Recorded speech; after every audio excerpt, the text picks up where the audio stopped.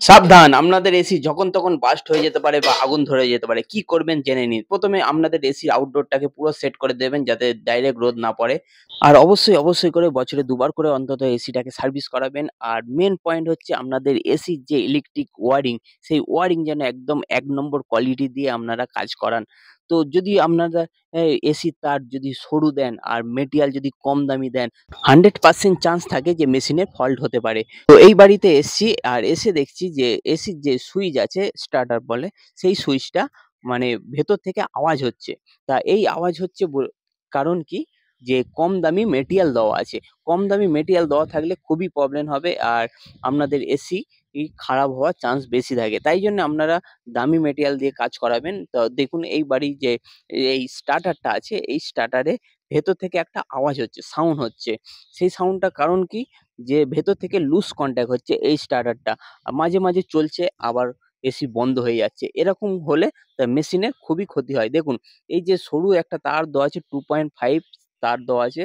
আর এই 2.5 তার এই বাড়ি হচ্ছে ডাইরেক্ট মেল লাইন। আর এই মেল লাইনের দ্বারাই যে ঘরের লাইন চলছে, আবার এসি চলছে, আবার ঘরে কোনো পাওয়ার পয়েন্ট আছে সেই পাওয়ার পয়েন্ট চলছে। মানে একটা লাইনের মধ্যে সমস্ত লাইন আছে। তা এরকম করা একদমই উচিত না। এসির লাইন একদম পারফেক্টলি হওয়া উচিত, সেপারেট হওয়া উচিত। আর সেই সেপারেট যদি না করেন তা এসির জন্য খুবই ক্ষতিকর। তা এসির জন্য আপনারা 4mm তার ইউজ করবেন। যাতে 4mm তার ইউজ করলে আপনাদের মেশিন একদম ঠিকঠাক চলবে। তো এই স্টার্টারটাকে আমরা চেঞ্জ করব। চেঞ্জ করে আমরা ভালো কোম্পানির স্টার্টার দেবো। দেখুন এটা হেভেলসের স্টার্টার। এর ক্ষমতা খুব ভালো আর খুব ভালো কোয়ালিটি এই স্টার্টার। এই স্টার্টার লাগালে আপনাদের মেশিন একদম ঠিকঠাক চলবে। চাইলে আপনারা এর চেয়ে দামি স্টার্টার আছে সেইগুলোও ইউজ করতে পারেন। তো আপনারা নিজেরাও চেঞ্জ করে নিতে পারেন। আর আগের স্টার্টার আর এই স্টার্টারের পার্থক্যটা কি আপনারা ভালো করে দেখুন। দেখুন এর যে কোয়ালিটি আর হেভেলসের কোয়ালিটি আকাশ পাতাল তফাৎ। আর এর কত ওয়েট আর এর মধ্যে যা কম্পোনেন্ট লাগানো আছে হেভেলসের মধ্যে সব কপারের লাগানো আছে।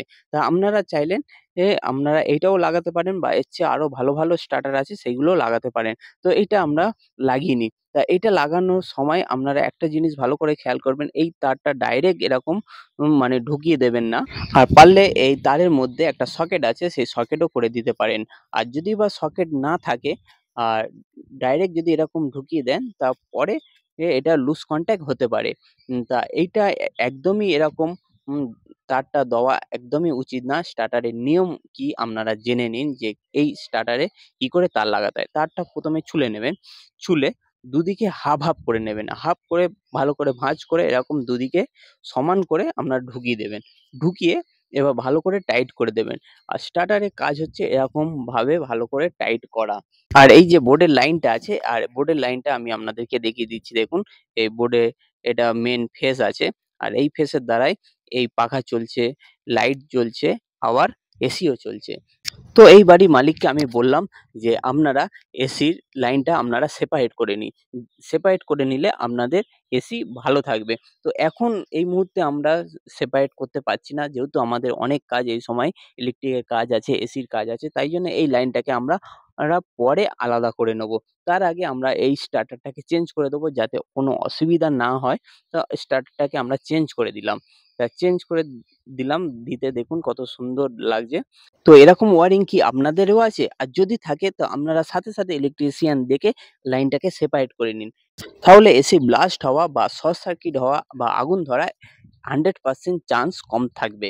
আপনাদের যে পরিশ্রমের টাকায় যে এসি কিনেছেন বা শখ করে যে এসিটা কিনেছেন, সেই তার হাত থেকে বাঁচতে গেলে এই কটা ভুল একদম করবেন না।